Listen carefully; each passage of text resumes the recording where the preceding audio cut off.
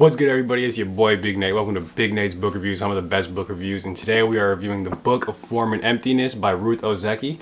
So I got my doobie right here. It is ready to be sparked. And today we are smoking this one for Ruth OZEKI. So while I'm sparking this up, I've been out the studio for a minute. It feels good to be back. You can probably tell by like the hair growth how long I've been gone. But yeah, suffice it to say, it's been a big month. All in the last week, let's just say. I'm extremely behind for a conference I need to present on. Shout out Society for Neuroscience. Huck, my dog, got like this whole nasal operation. And let me tell you, bro, Huck hates the vet. He hates the vet. But what happened was he got a foxtail. Look it up. It's like that little sticky like seed barb thing that grows like everywhere. He got that shit right up his nose. It was bad. It was miserable. If you have a pet, you need to thank God every day that you don't have vet problems, because that shit will ruin your quality of life, dude. Not to mention your bank account. PayPal in the description? Nah, I'm just playing. Alright, nah, I'm just playing, bro. And yeah, just a whole slew. I just got better from being sick. I'm still like a little bit sick. It all just kind of concentrated into like this month, so I've been down bad, fam.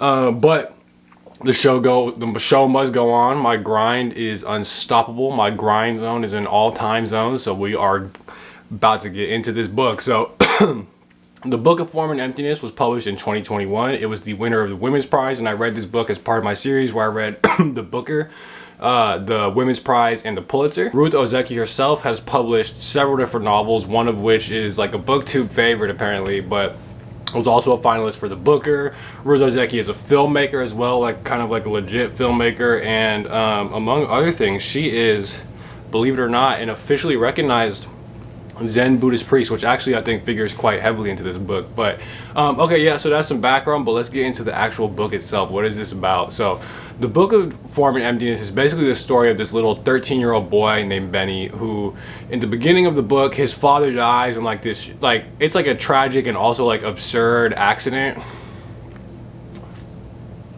And basically after that, he begins tweaking out, bro, and he starts hearing voices from everything. Like objects start giving off like voices, and he can't tune them out, and he's unable to function. It just gets worse and worse and worse until eventually he finds solace in the public library, which, by the way, Ruth OZEKI actually used to work at the public library. What do you know? So yeah, and it's there that he meets these like two kooky characters. We'll get into that later, but Slavoj, and who is like this homeless philosopher, poet, alcoholic in a wheelchair, yada yada yada. And then you have this girl named potentially Alice, but she's known as the Aleph, which is like, even in the book, it's a direct reference to Borges short story, The Aleph, which is fire, by the way. You should read it. If you haven't read Borges, you are asleep. You are dead asleep. You are in deep God-sent slumber, because you need to read that, man. But anyway, the Aleph. So yeah, and she's like artsy. She's like this teenage girl, whatever. And you know, yeah, that's kind of like the book, but he eventually goes on to meet too. I'm still sick, which is not helping things, but he eventually goes on to meet his very own book, which in this book is a character. So like the Book of Form and Emptiness, it's like basically itself is a character in the book, to the point where Benny and his book, the book, are engaging in like an actual dialogue. Like they're actually speaking to one another. Maybe not like physically, it's actually not, but for one, that's just one of many postmodern elements I think this book has, like the fact that the book itself is a character. We'll get into more things down the road, but this is also like the fact that the book has like its own life essentially, and you get its point of view and its wants and its feelings, is part of a major theme of this book, which is just that objects in general, if the doobie sparked, what's it good for if you're not toking it? You know what I'm saying? Yeah, who's with me? But it's the idea that objects have this sort of life spirit to themselves. They are able to have their own wants and desires, and to some degree internal mental life. And there's even, it's not even clear exactly, but like there's memory, and they also have like, they're even able to like employ agency in the world. Like there's a part where a book, like physically through this tremendous gathering of effort, is able to leap off of its shelf, physically leap off into its shelf into somebody else's cart. So, you know, things like that. And I feel like a great example of this was when Benny's in class and then I don't know, whatever, a bird runs into a window, it flies into a window, and then Benny's able to understand that the window, like this pane of glass, it's so first off, it's like crying because it killed the bird, and the pane of glass can remember when it was sand, because that's a crazy fact, huh? Sand gets blown into glass just through heat, like that's crazy. But it can remember when it used to be sand, and it used to love the way that the bird's feet felt walking up on it, and it used to like watching birds from, or like as a window, and now it just killed one, so it's crying, you know, blah blah blah. There's like stuff like that all throughout. I would even argue actually objects in this book are like one of the central characters for sure, actually, collectively for sure. Which again, I feel like is another postmodern element. I don't know, I think I just don't know what postmodern means, if I'm gonna be honest with myself, but at the same time, tell me I'm wrong. Yeah, exactly. So that's an idea, and then also something throughout, I mean there's a whole bunch of stuff, but another one of the big themes related to objects is that they have this whole history to them, where there's an example here where it's like you got a spoon, right, just a spoon, but it's like the metal for that spoon was mined in like the caves of South America, and then it's smelted and forged in some other country, where it's passed around 1,000 different mouths all over the world until it's in a duffel bag, which gets stolen, and then here now it is in Benny's hands as a spoon, and it's gonna have this whole history after it. Even too, again, with the glass, where it used to be, it has memory from when it was sand, and it's like the experiences of the object itself actually influence, it actually influences like the type of voice, almost, I hesitate to say personality, but almost like the personality, the nature of the life spirit of the object. So that's cool. And hand in hand with objects, of course, and I think this is definitely a pronounced thing in this book, is this critique on Ruth Ozeki's part of capitalism, or maybe more generally put like consumerism, but the idea that we always want more and more and more things. So I'm gonna read a quote here. Let me set my doobie down. I'm gonna read a quote that does a few things. For one, here I am again. It's postmodern. This is a postmodern thing because it's what I might believe be called intertextuality, which is when, because the thing I'm about to read you is from it's a real life text from the Presidential Committee of like Economic Changes. It's like a presidential memo committee survey that was a real thing, which the fact that it's real makes you kind of reinterpret actually what you're reading more so in a different light. I believe that is intertextuality. It's either that, or it's when like a character in this book is also in their other books, you know what I'm saying? Like Philip Roth, he has characters that show up in multiple books. That might be, I don't know. But anyway, this is a real life text, so that's just crazy. One, also too, is that it's like, I think it does a perfect job, arguably even does a better job, of saying what Ruth Ozeki is trying to say with her critique of capitalism. Although Ruth Ozeki does this is where the Zen Buddhism stuff comes in too, because this is also what I'm about to read. Like, if you watch my Siddhartha video, if you're familiar with Buddhism at all, tell me that like what I'm about to read right now, which is a presidential committee thing, does not read like a perfect description of like the Buddhist description of human suffering. Tell me that this literally almost sounds, if you get rid of the business stuff, this shit could come from straight out of Siddhartha. Okay, real life text. The survey has proved conclusively what has long been held theoretically to be true, that wants are almost insatiable, that one want satisfied makes way for another. The conclusion is that economically we have a boundless field before us, that there are new wants which will make way endlessly for newer wants as fast as they are satisfied. So for one, just capitalism, consumerism, you get this idea that, look, this is what I mean by it. It's the fact that it's a real text that gives it some of its meaning.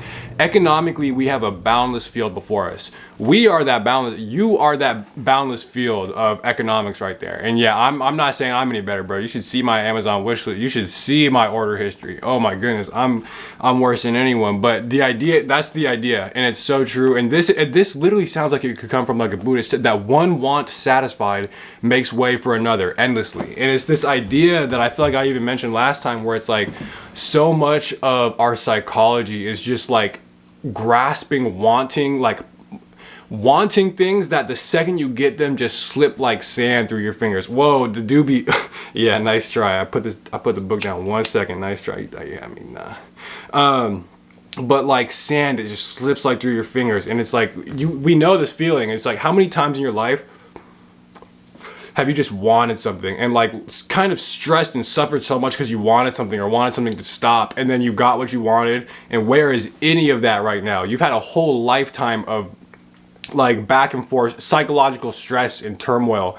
And where is any of that right now? It's gone the second that it comes, or the second that you get it. And it's like consumerism, capitalism, iPhone 9, iPhone 10, iPhone 11. What you like, you gotta be stupid not to see that. Like, I mean, okay, some of them actually do have like cool upgrades, but like on principle, the fact that they're doing one every year and people actually buy it, that is the perfect example of this boundless field.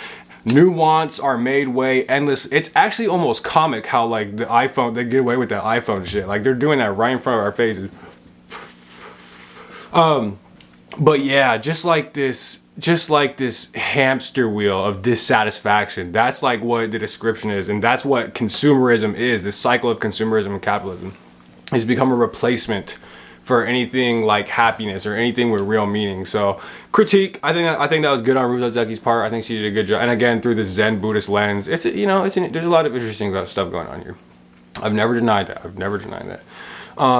So that's an idea. Just real quick too, there's this idea of like literature, the power of literature and story to give form to what is otherwise formless, right? Like what is a book? It's like the whole thing is kind of in an author's head, non-corporeal, formless, and then the actual act of writing. She even talks too about how a writer is like a conduit between the ideal and like the physical world. And then interestingly, you kind of send that back out and then people consume it. It's perceived in a way that is like at that point, I don't like form. You get what I'm saying. So I don't know. I could talk about that. I could talk about a lot of other stuff, but I'm gonna get into critiques now, because part of me saying there's a lot of other stuff, it felt a little scattered. But here, I'm already ahead of myself.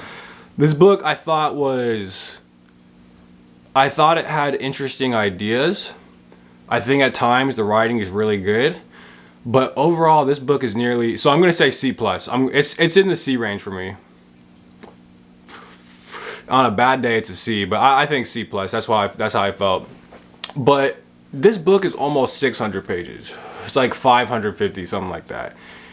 And that's a lot of pages for me to read, and then by the end of it, just kind of close the book and just kind of move on with my life. Like, it wasn't a terribly moving novel. I didn't feel like it seemed like it lacked substance. It felt like it lacked real insight and real depth. It felt very surface level. And I think part of the length is because this plot it's I don't know, I'm kind of nitpicking, I guess, but it's a little all over the place. It definitely, like I said, felt scattered. There's these things there's all these tangents, I feel like, that don't quite cohere into like the one single plot, and like by the end of it it's like, wait, what even was the point of all that? Also, this book does something that's a personal pet peeve of mine, so if you're anybody else, you actually might like this book more, but I do not like when something is too contemporary and it mentions like almost like brands. Like, for example, you have like Twitter hashtags in this book, and you have people at Whole Foods that make her feel bad, and you got millennials coming in with their Starbucks Frappuccino, like meditation apps, and like things like that, which it's not just her, there's a lot of authors that do that. I find it so corny, I really do. And I mean, like, I don't know, it's not a big deal, but the thing is, it's like, she kind of, the pop culture references things goes like both ways, because I don't like it on the one hand, because for one, it's going to be dated, bro, because it's like, think about it, what if you write a novel now that talked about them listening to their iPod shuffle and using like their Razor flip phone, I don't know, shit like that, Napster, LimeWire, like, it's just, no one's gonna know what the fuck you're talking about. And that's what I mean by it goes both ways, because she does old pop culture reference, or like older pop culture references, and I don't get them. It's like she's literally mentioning things by name, like Time Out of Space or Dr. Dolittle. I do know Dr. Dolittle, but like actual other things, like to give comparison. So it's like, basically it's like you're making my potential knowledge of that thing, do the descriptive work for you. And at this point, I'm not even talking about RUTH OZEKI. This is like my complaint on principle. But yeah, so like, I don't know, there was that aspect of it, and then just little things too, like it felt a little over descriptive, and there was like some really on the nose social commentary at parts. Like there was one part where she's like sending an email, she's like, do kids at your school like shoot the place up? Like, are you worried if your son has like a health issue? Are you worried about taking them to worried about the expenses to pay for some shit like that? And it was just like, oof. I don't like when I like some subtlety, you know what I'm saying? I like some subtlety. But And then also, just finally, and then because I'm just piling on at this point, and these are kind of minor, but when you add them all up, it adds up. But the dialogue at times felt pretty unrealistic to me, and this is not just OZEKI. I think Murakami actually suffers from a lot of the things I just said. But there were a bunch of points where it's like for instance, the Aleph, who's like this teenage girl, she's saying some shit that's like clearly just like RUTH OZEKI using her for like a mouthpiece, and it's like you throw a few cuss words in there and all of a sudden like it's realistic dialogue. Nah, not on my watch. Not on my watch. But anyway, I'm gonna go ahead and end it there. I think people will like this book. Like, it was a good book. Honestly, if I'm being real, I think it just needed like to get edited down. Like, there was some stuff, but some people like a good, you know, a good ride. But if I'm 600 pages in, that shit's gotta hit me. That shit's gotta fuck me up for 2 weeks minimum. But anyway, yeah, I'm kind of busy, but your boy's back. In fact, he never left. My grind zone is all time zones, like I said. But anyway, follow me on Instagram. I got an announcement coming that's related to a podcast, so you're gonna have to stay tuned. Definitely want to hit that post notification bell. Maybe, I don't know who even uses it. I don't even do that, bro. I don't even, for people I like, I don't use it. But yeah, follow me on Instagram. I forget if I said, but follow me on Instagram at Big Nate's Book Reviews. And thank you for watching Big Nate's Book Reviews, home of the best book reviews.